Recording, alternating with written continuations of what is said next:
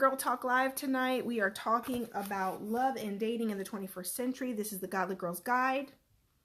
And we are talking specifically tonight about chapter 7, which is blessing blockers. Woo! Blessing blockers. Thank you, Annetta. I appreciate it, love. Appreciate it very much. Thank you. Gotta make sure my charger is in here pretty good because I didn't charge my phone tonight. Just gotta stay plugged in. All right. So tonight, I know that we will have more gals joining us as we get started here because it's been a couple weeks since I was on. So more gals will join us shortly. But tonight, I want to start out by reading the first couple of passages from the Blessing Blockers chapter. Okay, Blessing Blockers chapter. And remember last week or the week before last, we were on the last chapter we did was Dating While Damaged, right? That was really powerful video, really, really great video. We had a really great time last time in Girl Talk Live talking about that subject. But tonight is Blessing Blockers. So tonight, the chapter starts off with, you are the common denominator of every relationship you are in. Therefore, the most likely cause of you remaining single is you. When I first became a matchmaker before I met my own soulmate, I wasn't teaching the methods I share with you in this book because I hadn't experienced it for myself. So like many of my clients, I thought, I just haven't met the right guy yet. Or maybe I'm too fat, or my credit isn't good enough. These guys just want skinny girls, easy girls, or they are intimidated by my success. I am so deep, they just don't understand me. Blah, blah, blah. Fill in whatever you want with how you come to market when it comes to dating. And you're saying, oh, you know, guys just, they want this or they want that. Or you're trying to explain it away with a lot of different things that could be saying, okay, well, you know, I'm just different, right? And so as a new matchmaker, I would listen to my client's long list of requirements in a match, the whole time thinking, where am I going to find this person? This isn't a Build-A-Bear workshop. We aren't making men in a lab. Nevertheless, I would do my best to fulfill the client's requests because I was dating with the same faulty thinking as my clients. I would try to match them with compatible men who met as much of their client's wish list as possible, who were also marriage-minded. This became increasingly difficult, girls, because the men that fit the financial and physical requirements were not ready for commitment, and vice versa. The men who were ready weren't wealthy enough or good-looking enough for the clients that were coming to me. So as matching would begin, it became obvious that we were looking for the proverbial needle in a haystack, but a hired matchmaker should just be able to order up whatever the client wants in a mate, right? Wrong. This is still real life. Average men don't fit all of these requirements, and whoever you like has to like you too. And someone can have 80% of what you think you want and need, and it still isn't good enough. Why? Because our thinking is flawed when it comes to love and a match. And I was guilty of it as well. Both my clients and I were blocking our blessings with our faulty thinking. As God began helping me correct my thinking and habits, I began coaching my clients through the same lessons. And guess what? Matching got easier. More people fell in love, and I met my soulmate. So I'm going to give you my personal story of how I stopped blocking my blessings in the hopes you can learn from how I ultimately overcame my flawed thinking. Okay? So what I observed when I was single, gals, is that when every consecutive dating experience that I would have, I literally began to layer on more and more expectations of what I believe I had to have in order for someone to be a fit for me. And how many of us can really own that, right? Like that as you date and you're meeting people and you're going into relationships and that doesn't work, you now begin to refine kind of what you think you need. And you'll begin to say, well, no, I don't want men with kids because I went through this with, with a man who had young children. Or I don't want men who don't go to church because the last time I tried to date a man that didn't go to church, he was just like this and that. So you begin to kind of start layering on more and more and more and more, because based on these limited experiences, you're saying, well, this won't work for me and that won't work for me. But you don't really truly know what will work for you. You just know that it didn't work in that circumstance, right? That's really all you know from that experience, is that that man didn't work. That experience wasn't a fit. But what we'll try to do, and this is everybody, men and women, we will try to make a theory, a blanket theory on a very limited experience, and then begin to say, narrowing it down to say, nope, I'll never do that again. Never dating this person, never going to date that again, never going to give that a chance. But now as you're moving into your 30s and maybe you got married and you're divorced, or maybe you've never been married, but in your experiences, you begin to kind of, it keeps getting layer upon layer and requirement upon requirement and expectation upon expectation, right? And then next thing you know, you've backed yourself into this corner where somebody's practically got to be Superman or Miss Perfect when it comes to men for you to even give them a chance. Because from the moment you meet them, it's like you start going through reciting what you think it has to be. And when it's not that, you're immediately dismissing people because you say, well, he doesn't go to church, or well, he has small kids, or well, wait a minute, so you start literally this list. My video on Ditch the List? That's where this came from. Ditch the List video came from my experience with clients and myself saying, this doesn't work. Nicole says guilty, right? Right. Layer upon layer of requirements.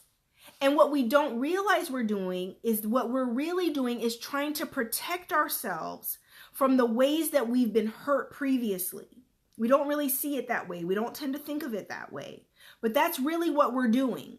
By getting pickier and pickier and pickier and pickier, we think that we're narrowing it down and we're getting really clear and we're approaching all of this with wisdom. But truth be told, we're really just trying to protect ourselves to feel like we don't want to make the same mistakes that we've made in the past. So your mind comes up with all this logic to say, no, we're not doing that again. We're not doing that again.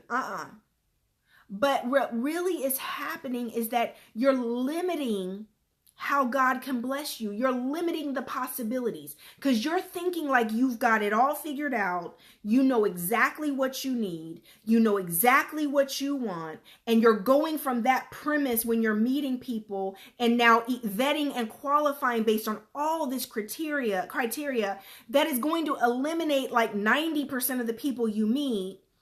And then you meet someone out of that, possible 10%, but they're not really into you, but you must think he has to be the one. You start going after people who don't even want you because you've got it in your mind what it needs to be. And it's all wrong. Because you have based theories and opinions upon things that you really don't even know anything about. You have such a small experience in dating. A small experience in relationships. You have a very limited experience, but now you're trying to base your whole life on theories from 1 or 2 experiences or 5 experiences. And now you're backing yourself into a very lonely corner where 90% of the men are not going to match that you're looking for. And it's all based on this faulty thinking that you've got it all figured out. And nowadays, people are so afraid of settling that they don't understand the difference between settling and compromising. They've now associated compromising with settling. Nicole says, you doubt everything because he has done things the last guy did. Exactly, hun. Exactly. So now you get scared and you run in the opposite direction. But the truth be told, you're going to have to be really patient. Because in the beginning, with anybody that you end up being with, you're going to have to compromise. You're going to have a lot of patience. You're going to have, it's not all going to go your way. You're not always going to be happy. Things are not going to be 100% perfect. He's not going to be 100% perfect or get it right 100% of the time. We are all human beings. Patrice says, I have definitely talked myself out of getting to know some good men because of being so picky. The sad thing is I didn't even know what I needed. And most of us don't know what we need, Patrice, until we actually meet that person and experience it. Real talk. We don't know what we need until we experience it. So really, truthfully, most women have never experienced true, deep, committed love. And because you've never experienced it, you don't really know what it looks like, what it feels like. You don't know. You're just kind of playing this guessing game with yourself of how you think it should be. There's no way to measure it because you don't have anything to measure it against. And so what happens is you start putting all these requirements in place that nobody can meet. And really good point here. Oh, Andrea says, scared to keep making the same mistakes. Yep. Lisa Lee says that. Yep, that is so me. Tamika says, I had a list and met the man with all the stuff on my list and still did not like him in real life. Exactly, Tamika. It only made sense on paper, she said. The laugh out loud. The problem was I needed a lot of healing I didn't even know. Yep. Let me try to see the rest of your message, babe. I didn't even know myself well enough to know what kind of man would compliment me. Exactly. I couldn't have said it better myself. And the truth be told, we don't really know what we need because we haven't experienced it. And then, guess what? This is why so often, thank you, Drayton, I love you too. So often, this is why people end up falling in love with people who are so different from everything you've had in mind. Think about it. Think about the people you've been crazy about. Think about the people you've actually really caught feelings for or committed to. They didn't match these lists. They didn't meet half the things on these lists that ladies have created. Real talk. Think about it. Real talk. The people I know who fall in love and the people that have fallen in love through me when I was matching and the people who have fallen in love after they take my courses, the person they end up with is nothing like what they thought they had to have. Hey, Latasha. Nothing like, oh, he's got to be this and he's got to be that. And it takes a certain maturity to begin to ditch the list, girls. It takes a certain maturity to begin to recognize that you could really be blocking your own blessings. So I want to give some examples that I want to give of real ways that we block our blessings. Okay? There's a quote in here I say, it's only when you start being real that real love shows up.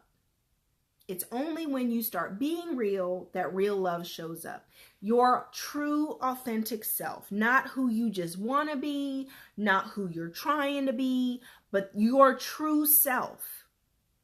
Someone's got to be able to love the real you. The real you has to begin to show up. That's number one. Number one, if you want to stop blocking your blessings, get real. If you're hurting right now, admit you're hurting and that you need to get some help. If your credit ain't great, okay, stop trying to hold somebody accountable to having perfect credit and your credit's jacked up. Get real. Get real and honest with yourself. Flaws and all. Learn how to embrace yourself for who you are and where you're at and want the same thing from someone else so they can get to know the authentic you right from the beginning, not the person you're trying to pretend to be, and vice versa. Monica says, that's why I always hesitate when asked, what am I looking for? The famous question. Right, because honestly, we don't know. We want to try to act like we've got this all figured out, but I didn't. And I was a matchmaker. And I was having the same issues that my clients were having until I got with God, got healed up, got clear, ditched the list, allow God to come in, show me what true love is, clarify my intention about really wanting love, true, agape, God-given love.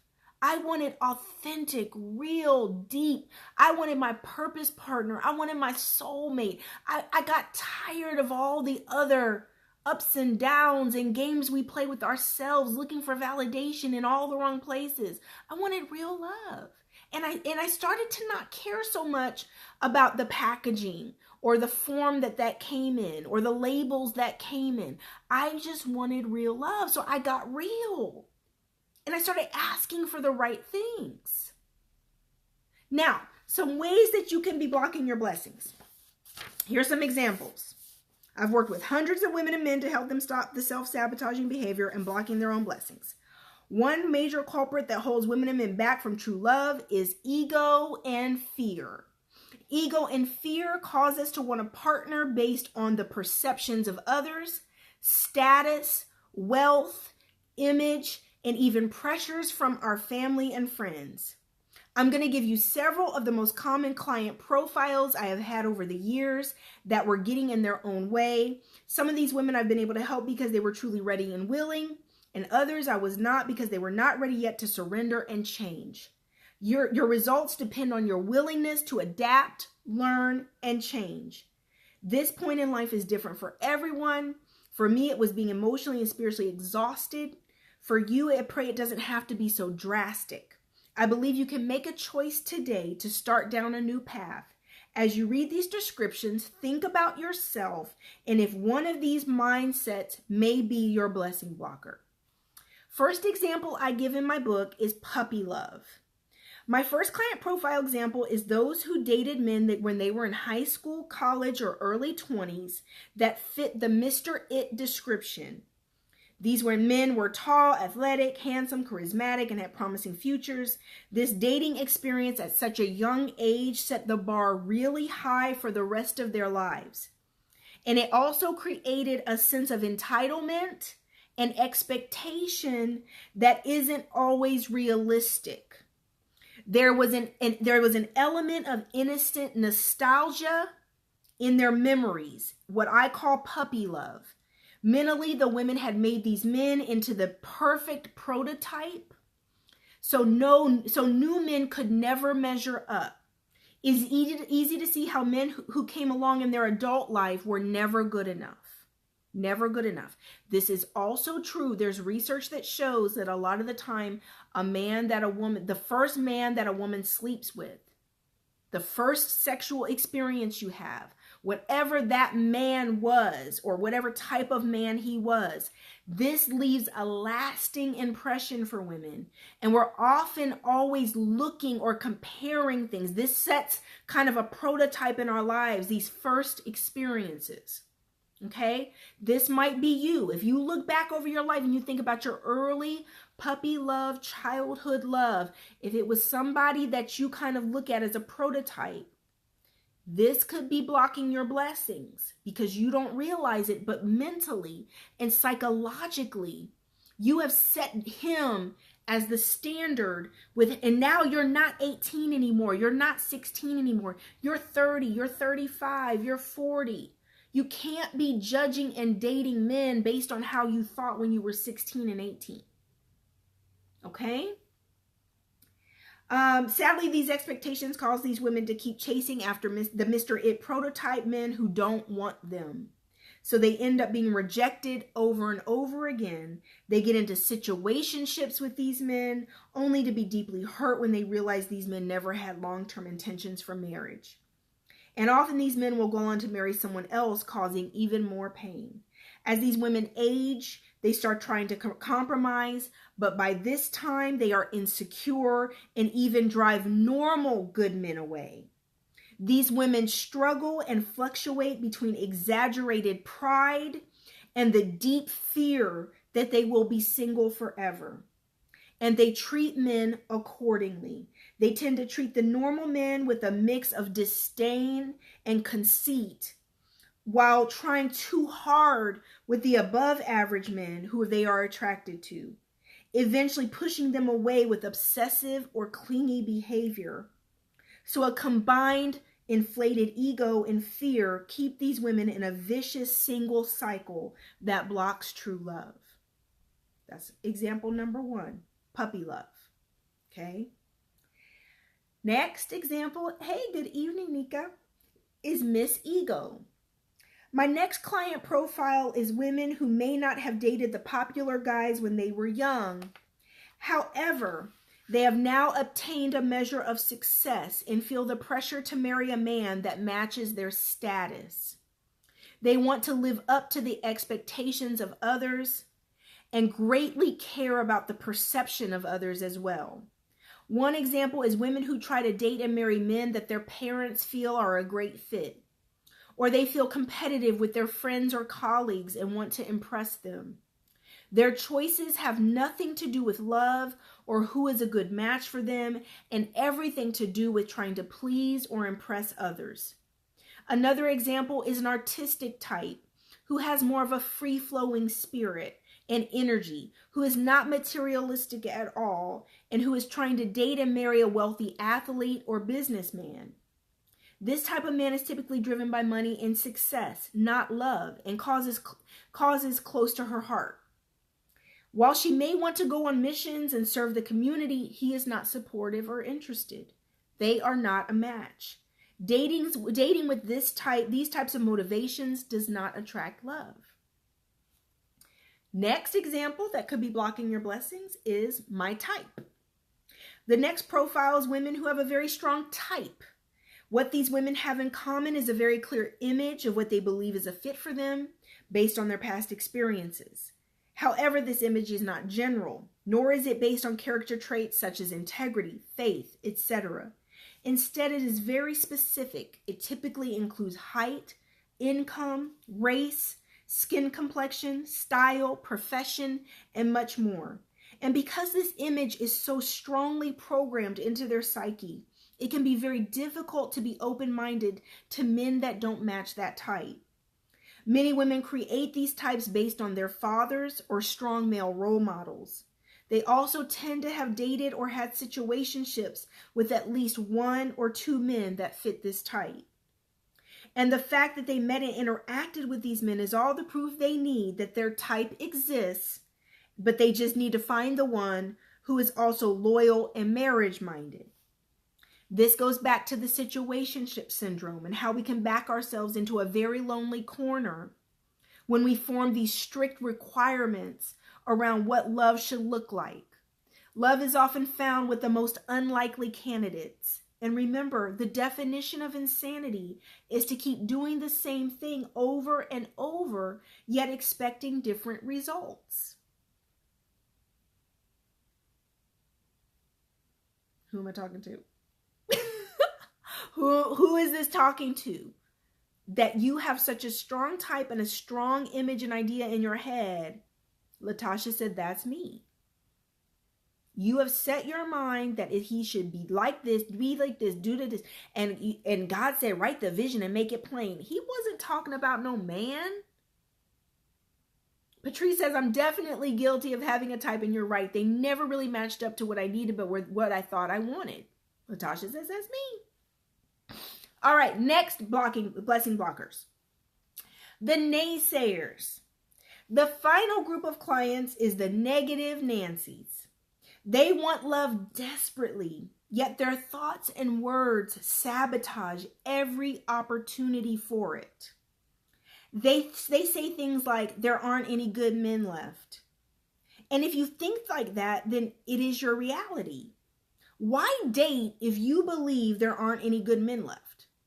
That means that you are only going to meet bad men because that is all that's available according to your thinking. And because we bring about what we think about, that is exactly what these women receive.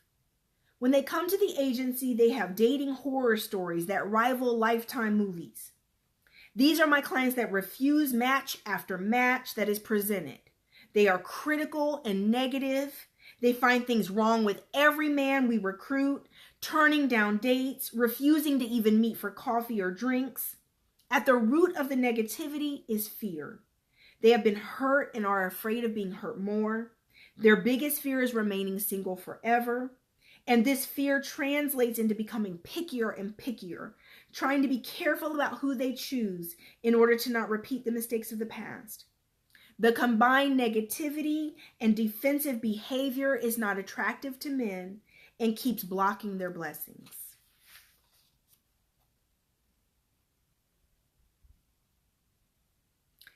Here's another quote in the book. There is nothing wrong with preferences, but they don't equal love. It's like, is it Latasha up here who just said, or was it Latasha or Tamika, who said she had found the perfect candidate on paper, but yet still didn't like him. There is nothing wrong with preferences, but they don't equal love. When I was dating and I had such a strong type, I would meet all these great candidates and I still didn't fall in love with them. It still didn't equal love. So these perfect candidates that you're looking for, it's still not it. Okay, so a few facts I would like to read from the book because these are some things that could be blocking your blessings. Are y'all ready? Now don't get mad. This is just what I saw, observed, my research, my analysis of what happens. The biggest overall blessing blocker I see in modern dating, besides ego and fear, is unrealistic expectations when it comes to physical appearance and finances. Take note, I said unrealistic expectations when it comes to physical experience and finances. And the average man doesn't come in these perfect packages. In fact, the average man is not super handsome. No matter how much things have changed with traditional gender roles, dating, and marriage, there are some things that haven't changed. God made women the fairer sex. He made us pretty. In other words, the average woman is by far prettier than the average man. Research proves this. Below is an excerpt from a study published in 2011 that specifically reported on the percentage of general attractiveness by gender. A majority, 56% of the girls are either attractive or very attractive. 56% of women are either attractive or very attractive. Whereas the comparable figure among boys is much lower, 41%. In fact, a majority, 51% of the boys are about average. Nearly twice as many girls as boys are very attractive. Read it again. Nearly twice as many girls as boys are considered very attractive.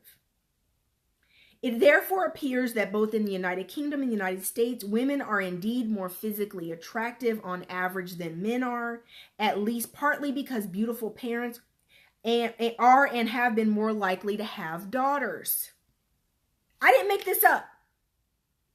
I'm not making this up. This is real research. You can buy my book and look at the footnotes and see where this comes from. Beautiful people, attractive people are more likely to have daughters. I'd like you to think about that statistic for a minute. What does that mean? It means that God actually orchestrates it to where more pretty girls get produced than pretty boys. I'm not making this stuff up. It's real. You're not just imagining it. And if you just even do kind of your own little, unofficial test, go out and sit at a mall. Or go to a stadium at a football game and just look at the men and look at the women. Just sit and people watch on an afternoon on a Saturday. How many really, really good looking men do you see? Like, I'm talking about like movie stars, celebrity type handsome. I'm talking about, you know, the way we consider like super tall, super handsome guys. And then look at how many really pretty girls you see. I see pretty girls everywhere. I live in Atlanta. Come on now. Atlanta is the capital of beautiful women. There's beautiful women everywhere. Men. Nika said, my mom had 4. She had 4 beautiful girls, Nika, right? I'm just saying. I didn't write it.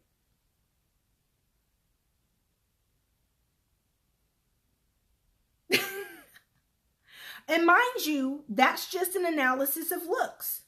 Take entrepreneurship and an education, where women are outdistancing men. We start businesses at twice the rate of men, and 35% more women graduate from college than men. Research also shows that women are increasingly less likely to date and marry men with less education than themselves. Okay, so if you're expecting to marry a man who's super, super handsome and has the same amount of education as you, because women tend to get way more education than men, 35% more women graduate from college than men.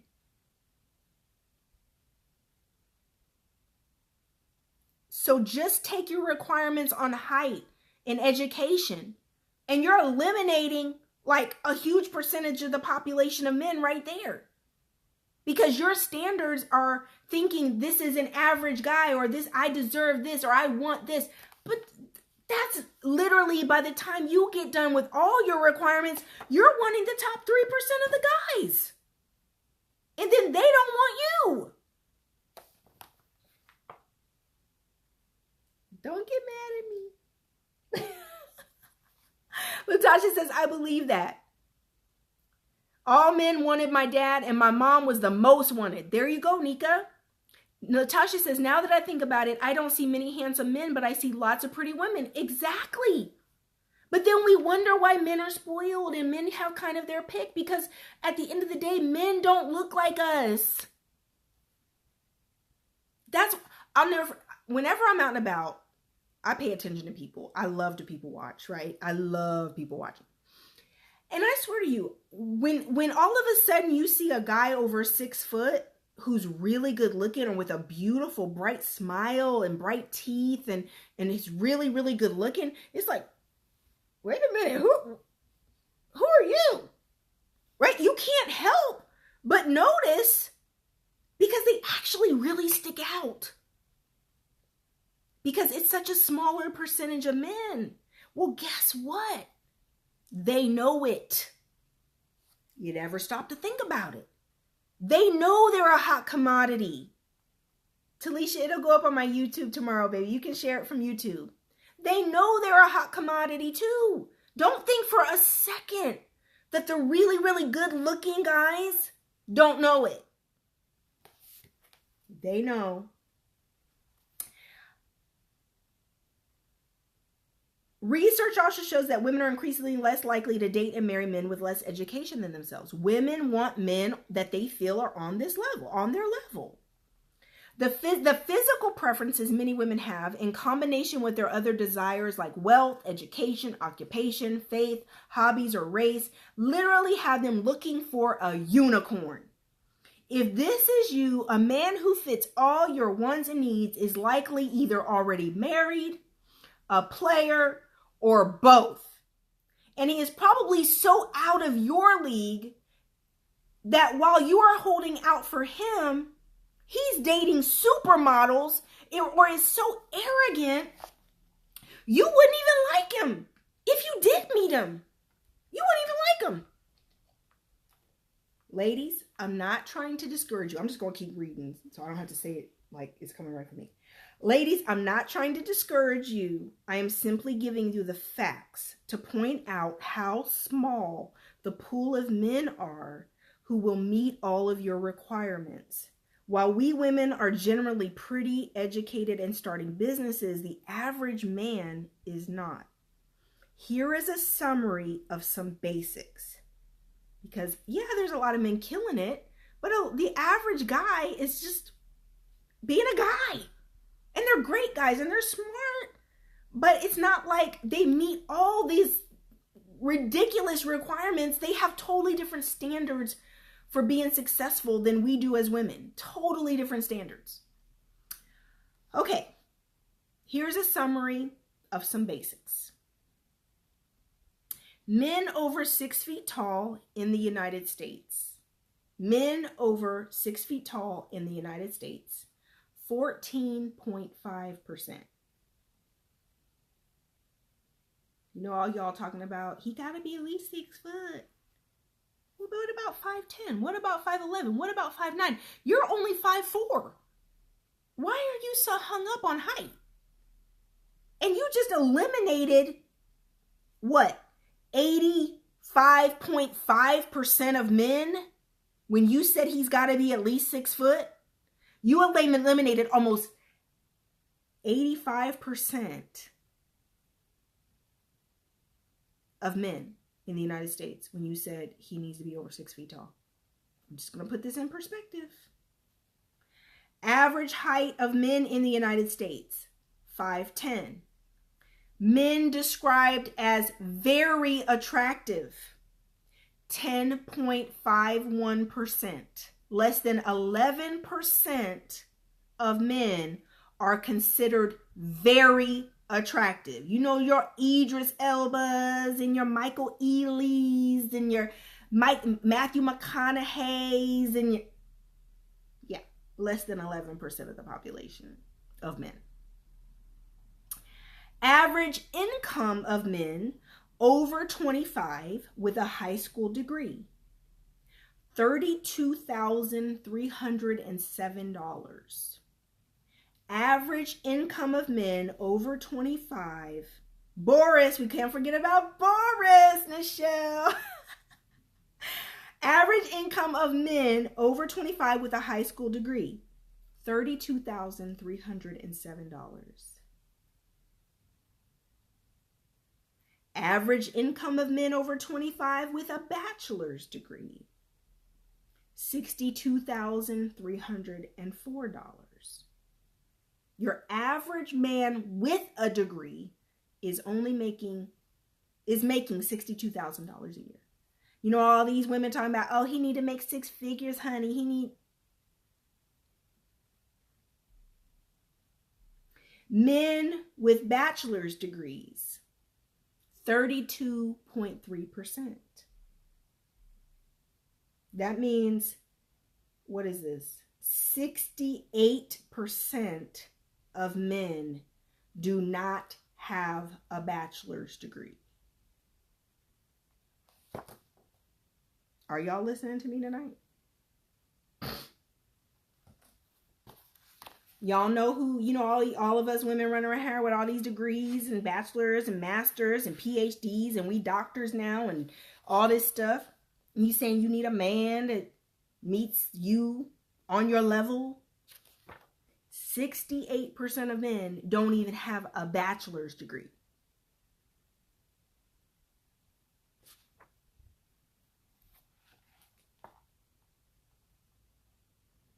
I'm just going to let that sit there for a minute and marinate. Just let it marinate. Marinate. As you analyze your own personal desires and requirements in a partner and spouse, consider that many of these desires are not truly necessary. There's nothing wrong with preferences, but they don't equal love.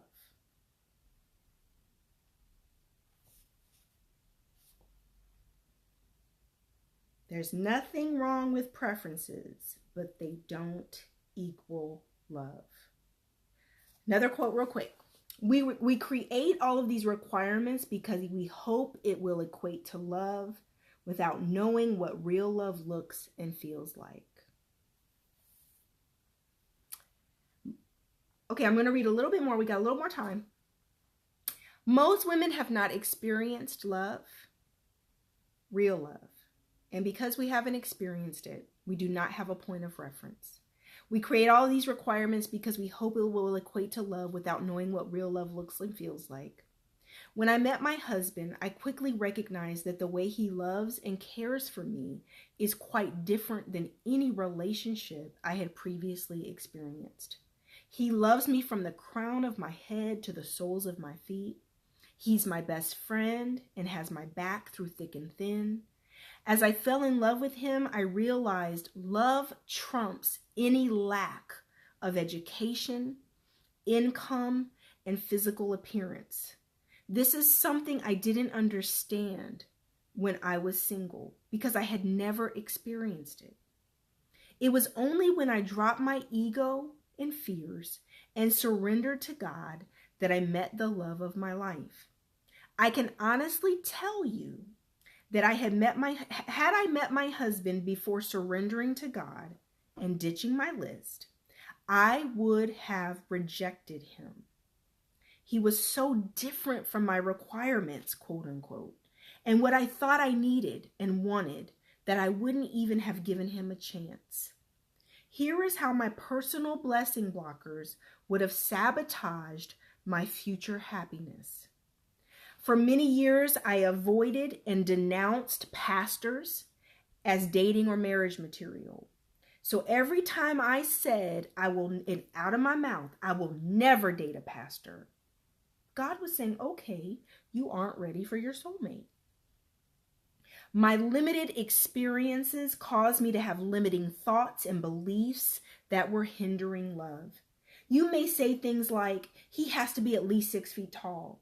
He has to attend church every Sunday, etc. And what you don't realize is that there could be someone perfect for you that is just under 6 foot tall, or a man that attends church every other Sunday. But as long as you keep saying these things, you are blocking the arrival of your life partner. Additionally, my inclination for men making 6 figures with equal education and business experience would have eliminated my husband. When we met, we both had come through difficult divorces and had struggling businesses. We had the same income, both under 6 figures. Neither of us had outstanding credit, and we were both about 10 pounds overweight. If I hadn't dropped all of my preconceived notions of what Carrie needed to be, I would have never met him. Our thoughts and words have that much power over what we receive. I finally got real about who I was, and God blessed me with my perfect match. He is my mirror image. We both love God. We have the same heart for helping people to heal and prosper. We both love to laugh and have fun. We are quite silly. We are both optimistic, love family, and love to travel. We are attracted to each other and have a chemistry that is through the roof. I've never been more attracted to a man than I am to my husband. And it is not purely physical. It is spiritual and emotional. His love for me and my love for him is a natural aphrodisiac. His kindness, his heart, and his intelligence makes him one of the best men I have ever met. And we now make more money and have a better life than we had separately. Together, we are better.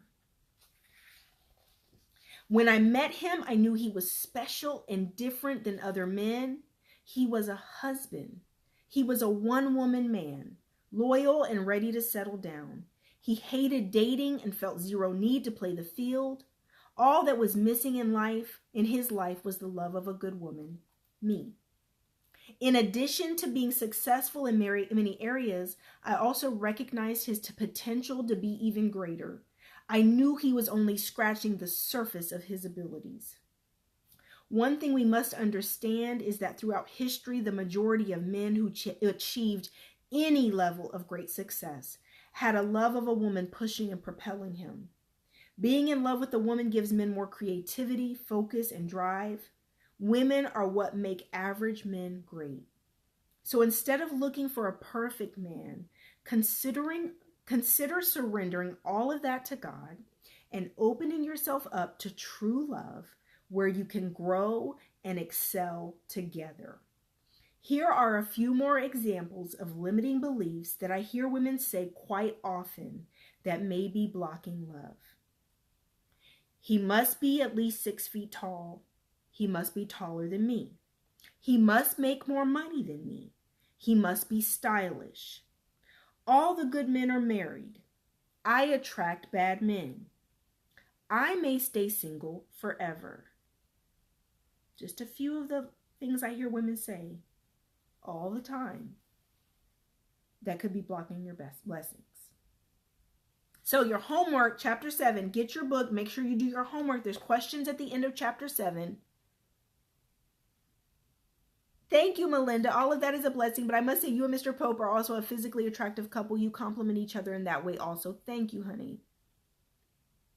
There you go, Nichelle. I don't think we should be discouraged, but just open to men based on a different perspective. Exactly. Talisha says, where's the offering plate? Preach.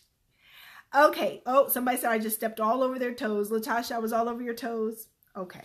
But I'm hoping this helps you to open yourself up to a different perspective. Open yourself up to some different options, right? Be open and really open yourself up to love. Begin to ask God for true love. Begin to ask God for agape love, a love that's going to last, a love that transcends just looks, a love that transcends just money. Those things can change. Start asking God for real, true love. And the other thing I want to make a note of is that there is a distinct difference between wives and women. Carrie Pope looks better now than he ever looked. Why? Me. As wives, we actually improve our men. You'll sit there and judge a man based on style or based on something that can change. And really all you got to do is realize, girl, he'll give you his credit card and you can go buy him some polo shirts and some jeans and he's just as cute. But you caught up on that sports jacket he's wearing, or you're caught up on that shirt you don't like, or that's all stuff that's changeable. That's what wives do. We improve our men. We help our men. We help our men to upgrade. Real talk. That's the difference between how wives think versus just single women. You're not going to dismiss a really good man over things that are superficial. It's like, no. You can help him with that. Nika says the thing we avoid is exactly what we need. Carrie Pope will be like, baby, I need you to lay my clothes out. I got to do a video. I need you to lay my clothes out. I got a meeting. I need you to lay my... Why? Because I know how I want him to look. I revamped my husband's whole closet. He looks like $1 million, GQ'd out. He wasn't dressing like that when I first met him. Those are the things that you can work on. But the heart of the man, sincerity, heart, character, integrity, authenticity, being genuine, loving you, being consistent and dependable. That's what you want to marry. Amen? Amen. All right, girls, I gotta go. Gotta go do another video over in Divine Circle for a dating class tonight. Love you, love you, love you. Blessings in abundance. Make sure you get your book so you can read it thoroughly and do your homework. There's homework questions at the end of this chapter 7 that you can ask to get to your blessing blockers. What are your blessing blockers? Talisha says he will look better physically, financially, and spiritually when he gets a wife. We help add to their life. Yes, there's research that shows, yes, the average man's wealth is so much higher when he's married. Women help men to be more wealthy, especially black men. The stats are there. The research is real. Things you cannot buy. Amen. Blessings in abundance, girls. I'll see you next week for chapter 8. Chapter 8 next week, we are going to talk about marriage prep. Marriage prep, how to get ready for marriage, how to start thinking like a wife, how to be able to get positioned and get out of your own way to be ready for when God's answering that prayer for real, true love. All right. Love you, love you, love you. Blessings in abundance. Talk to you soon. Bye-bye.